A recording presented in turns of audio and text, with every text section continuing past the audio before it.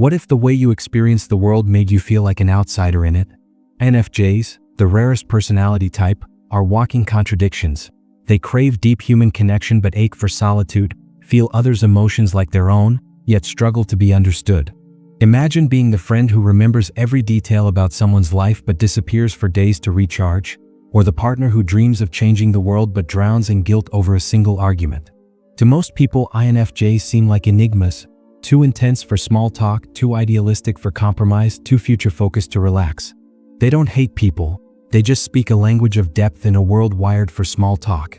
Their mismatch isn't a flaw, it's the price of seeing life in colors others can't name. This is why INFJs often feel like puzzles no one bothers to solve, and why their rare magic goes unnoticed. 1.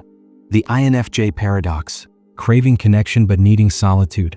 INFJs are full of contradictions. On the surface, they seem like social butterflies, warm, empathetic, and great listeners. They remember your birthday, your fears, and the story you told them 6 months ago. But here's the twist. While they love deep connections, they hit a wall when it comes to casual hangouts or big crowds. Imagine planning a fun night out with friends. An INFJ might show up excited, cracking jokes and asking thoughtful questions. But after an hour, they'll start glancing at the door.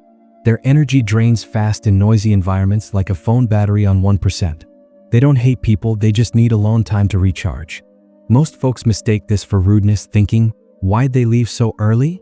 But for INFJs, solitude isn't a choice, it's survival. They're like smartphones, without quiet time to plug in, they crash.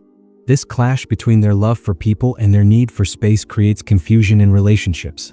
Partners might feel rejected, friends might stop inviting them, and the INFJ ends up stuck between guilt, am I a bad friend?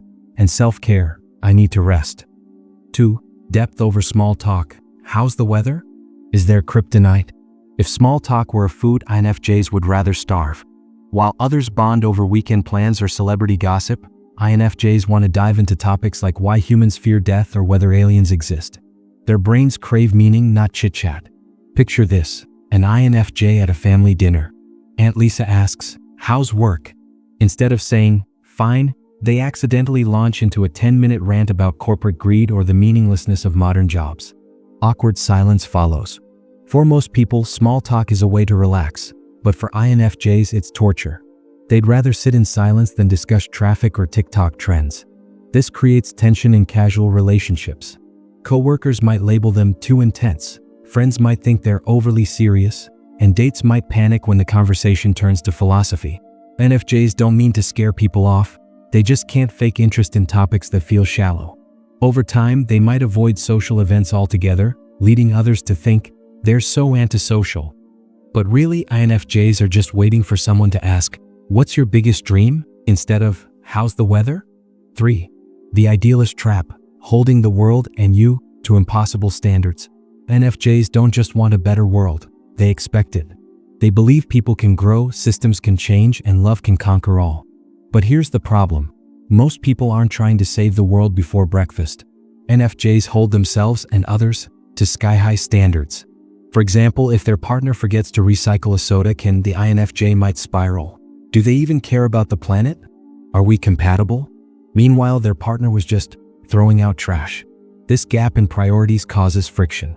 Friends might feel judged when an INFJ gently pushes them to be their best self, and coworkers might resent their perfectionism. INFJs don't mean to criticize, they genuinely believe everyone has untapped potential, but their idealism often backfires.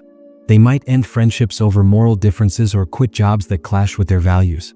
While others see the world in shades of gray, INFJs see right and wrong in bold colors. This black and white thinking makes compromise feel like betrayal, leaving them isolated when others can't meet their expectations. 4. Emotional sponges, absorbing vibes, even the toxic ones.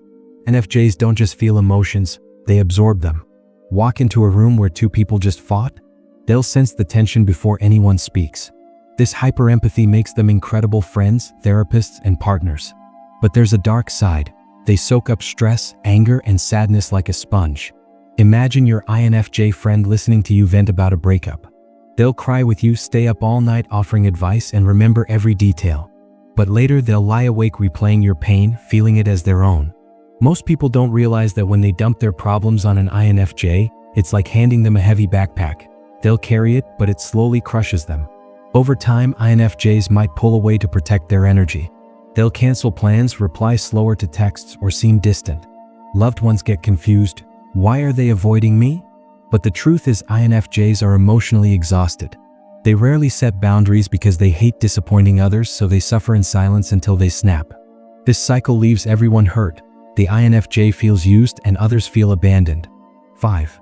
The secretive savior complex. Helping others while hiding their struggles. INFJs are the heroes who hate asking for help. They'll spend hours coaching you through a crisis, but if they're struggling, they'll say, "I'm fine," and disappear. What? INFJs see vulnerability as weakness. They'd rather solve 100 problems for others than admit they need a hand. Picture an INFJ who just lost their job. Instead of telling friends, they'll show up to a party, smile brightly, and ask everyone about their lives. Meanwhile, they're dying inside. This creates one-sided relationships. People assume INFJs have it all figured out and rarely check on them. Over time, INFJs build resentment. Why does no one care about me? But the truth is, they never gave anyone a chance to care. Partners might feel shut out, thinking, they don't trust me, while the INFJ thinks, they don't notice me. It's a painful cycle. INFJs give love freely but struggle to receive it, leaving them lonely even in crowded rooms. 6. The future fixation frenzy. Today is just a step toward tomorrow. Most people live in the moment. INFJs live in the future.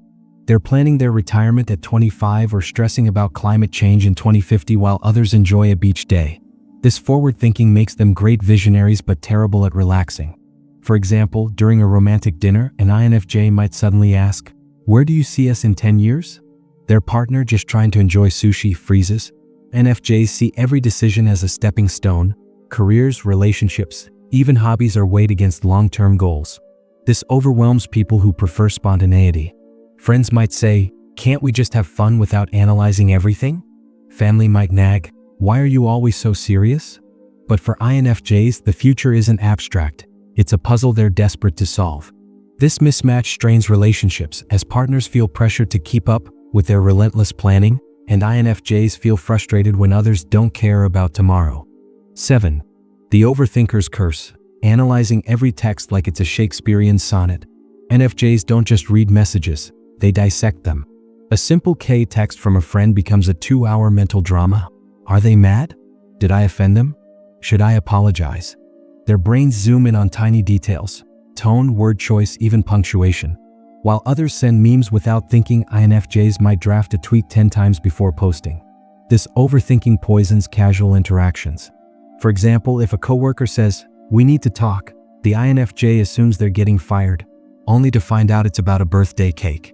Most people find this exhausting. Partners might snap, "Why do you take everything so seriously?" Friends might tease, "Relax, it's not that deep." But for INFJs, everything feels deep. They can't shut off their analyzer brain, leading to misunderstandings and stress. Over time, they might avoid communication altogether, scared of saying the wrong thing, which only makes relationships harder. 8. The authenticity ultimatum. Be real or be gone. INFJs have a built-in lie detector. They spot fake smiles, hidden agendas, and empty flattery from miles away. While others play nice to keep the peace, INFJs would rather be alone than tolerate phoniness. Imagine an office party where everyone laughs at the boss's unfunny joke. The INFJ stays quiet, cringing inside. Later they might vent, "Why do people pretend?" This hatred for fakeness makes them terrible at social games. They won't suck up to bosses, flirt to get attention, or laugh at offensive jokes. Most admire their honesty until it's directed at them. Trying to bond with an INFJ? Drop the mask. If you say, "I'm fine," when you're not, they'll call you out. This scares people used to surface-level bonds. Friends might drift away thinking they're too judgmental, while the INFJ thinks, "Why can't anyone be real?" Their demand for authenticity weeds out shallow relationships but leaves them with few who meet their standards. 9. The quiet rebellion. Hating conflict but secretly challenging norms. INFJs hate loud arguments but will quietly dismantle unfair systems. They're the ones donating to charities no one's heard of, boycotting brands quietly, or slipping feminist books into the office library. Their activism is subtle. No protests or hashtags, just steady, silent change.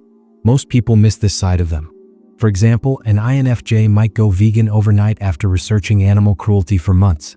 Their family gets confused. Since when do you care about cows? But INFJs don't explain, they act. This quiet rebellion confuses partners and friends.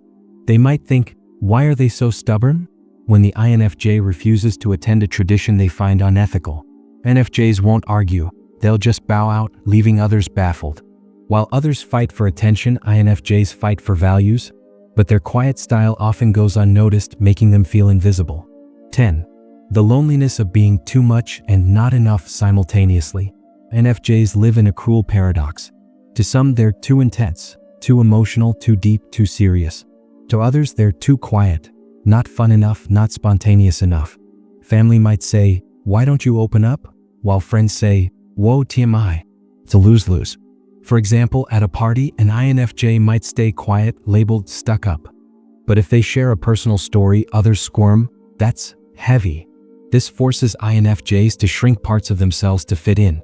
They might hide their passions. No one cares about philosophy, or swallow their opinions. They'll think I'm weird. But pretending to be normal drains them. Over time, they float through life feeling misunderstood, too much for some, not enough for others, and rarely just right. 11. The growth paradox. Evolving faster than relationships can keep up.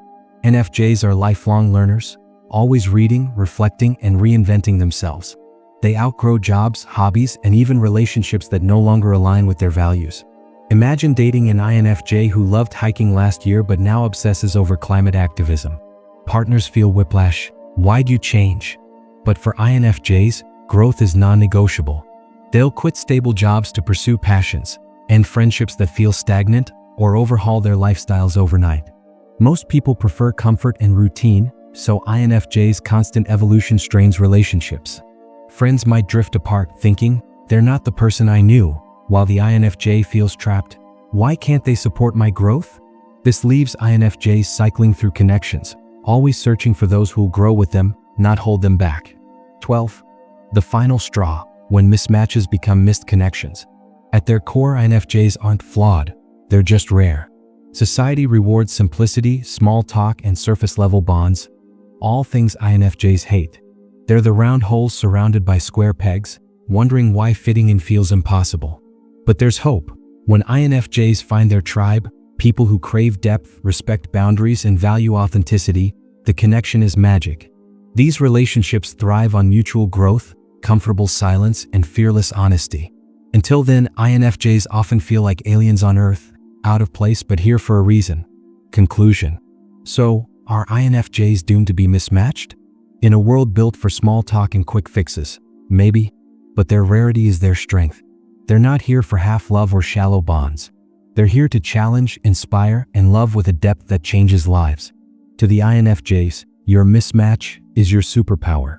To everyone else, if you meet one, don't try to shrink them, step into their world. It's complicated, messy, and utterly unforgettable.